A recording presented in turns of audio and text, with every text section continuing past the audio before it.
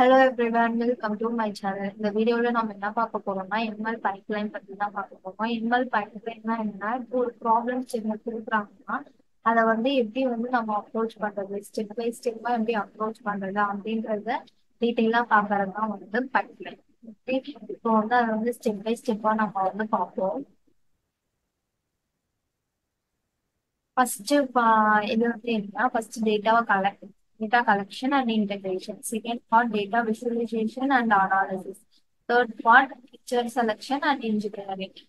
Fourth part, model training. Fifth part, model evolution. Sixth part, prediction. இதெல்லாம் தான் ML பைப்லைனோட step by step ஒவ்வொரு ஸ்டெப்பா டீட்டெயில்டா நம்ம பார்ப்போம்.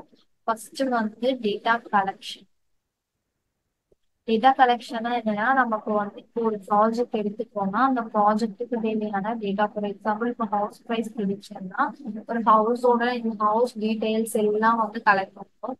அந்த ஹவுஸ் எவ்வளவு ஸ்கொயர் மீட்டர், அதுக்கப்புறமேட்டுக்கு அதுல எத்தனை ரூம்ஸ் இருக்கு, எப்போ கட்டினாங்க, எவ்வளோ அதுக்கப்புறமேட்டு என்ன எத்தனை டைம் மெயின்டைன் பண்ணியிருக்காங்க, ரினோவேட் பண்ணியிருக்காங்க, இந்த மாதிரி டீடைல்ஸ் எல்லாம் நம்ம நிறைய அந்த மாதிரி நிறைய ஒரு ஹண்ட்ரட்ஸ் ஆஃப் ஹவுசஸோட டேட்டாவை கலெக்ட் பண்றது. கலெக்ட் பண்ணிட்டு அதுக்கு அடுத்து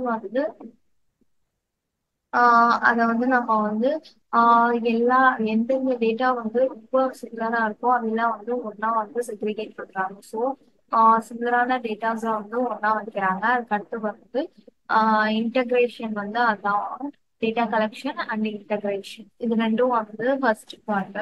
அதாவது நமக்கு தேவையான டேட்டாவை கலெக்ட் பண்ணி அதை டுகெதர் ஒரே சிமிலர் டேட்டாவா வைக்கணும். சிமிலர் டேட்டாவா இருக்கிறது தான் ஒன்னா வைக்கிறோம். அதுக்கு அடுத்து எக்ஸ்ப்ளோரட்டரி டேட்டா அனாலிசிஸ் அண்ட் விஷுவலைசேஷன். இதுல நம்ம இருக்க டேட்டாவை விசுவலைஸ் பண்ணி பார்க்குறோம். ஃபார் எக்ஸாம்பிள், கிராஃப்ஸாவோ இல்லைன்னா லைன்ஸ், பார் பிளாட்டாவோ பாக்ஸ் பிளாட்டாவோ நம்ம அதை அனலைஸ் பண்ணி பார்ப்போம். இப்படி அனலைஸ் பண்ணி பார்க்கும்போது எந்த டேட்டா இம்பார்ட்டன்ட் எது தேவையில்லை அப்படின்னு நம்மளால ஃபைன் பண்ண முடியும். ஸோ அதுக்காக தான் விஷுவலைசேஷன். அதுக்கு அடுத்து feature selection and engineering. Feature செலெக்ஷன்னா இப்போ நம்ம கலெக்ட் பண்ண டேட்டாவில் நிறைய டேட்டாஸ் தேவையில்லாம இருக்கும். அந்த டேட்டாஸ் எல்லாம் எது ரொம்ப இம்பார்ட்டன்டான டேட்டாவோ அதை மட்டும் நமக்கு மாடல் ட்ரைனிங்க்கு யூஸ் பண்றது தான் ஃபீச்சர் செலெக்ஷன் அண்ட் இன்ஜினியரிங். அது அதுக்கடுத்து மாடல் ட்ரைனிங். மாடல் ட்ரைனிங்ல என்ன பண்ண போறோம், மாடல் ட்ரைனிங்ல என்ன பண்ண போறோம்னா, இதுல ஃபர்ஸ்ட் மாடல் ட்ரைனிங்ல நம்மளோட டேட்டாவை த்ரீயா பிரிக்க போறோம். Training set, validation set, test set. First training set data 80% இருக்கும். அதுக்கு அடுத்து validation data 10%, test data 10%.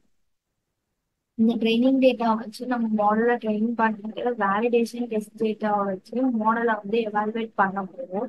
Model evaluate model அதை மாடல் ட்ரைனிங் அடுத்து மாடல் எவாலுவேஷன் இருக்கு. ஸோ மாடல் எவாலுவேட் பண்ணிட்டு அது பெட்டரா பெர்ஃபார்ம் பண்ணுச்சுன்னா தான் நம்ம மாடல் டெப்ளாய்மெண்ட்டுக்கே போவோம். மாடல் டெப்ளாய் பண்ணிட்டு அதுக்கப்புறம் நம்ம ப்ரெடிக்ஷன் போவோம். அவ்வளவுதான். இதுதான் ஃபைனல் ஸ்டெப். ஒரு வேளை மாடல் எவாலுவேஷன்ல மாடல் ஒழுங்கா எவாலுவேட் ஆகணும், அதாவது ஒழுங்கா நம்ம கொடுக்குற டெஸ்ட் டேட்டாவை ப்ரெடிக்ட் பண்ணலன்னா நம்ம டிப்ளாய்மெண்ட் போகக்கூடாது.